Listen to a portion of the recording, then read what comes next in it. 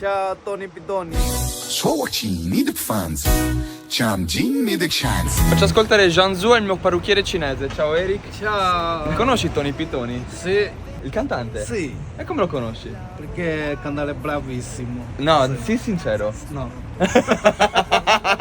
Ascolta, ha fatto questa ha fatto questa canzone che ha una parte in cinese che molti non sanno che cosa voglia dire. E dato che tu sei cinese, Sì. te la faccio ascoltare e voglio solo che reagisci a questa canzone. Ok, la canzone si chiama Janzu. Zanzu. Esatto.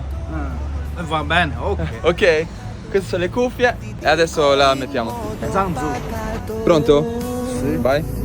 说我亲你的房子，抢进你的铲子，黄毛发身心关心，然后烧毁你的房子。你这个白痴，你的慢点说你这个王八蛋，否则我会 Ti do tu sei scemo. Cazzo scemo. Poi?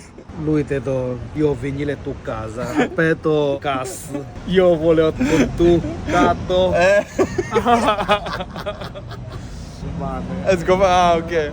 Poi? Bruciato tu casa. Tu sono scemo. Ok. Tu bisogna calmo, parlare calmo. Tu cazzo. Quindi ti è piaciuta? Sì, Sì. molto scherzo, bellissimo.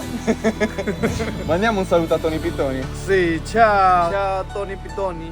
Forza Forza Cagliari. Forza Cagliari. E venite da 85 parrucchieri a Quartuccio.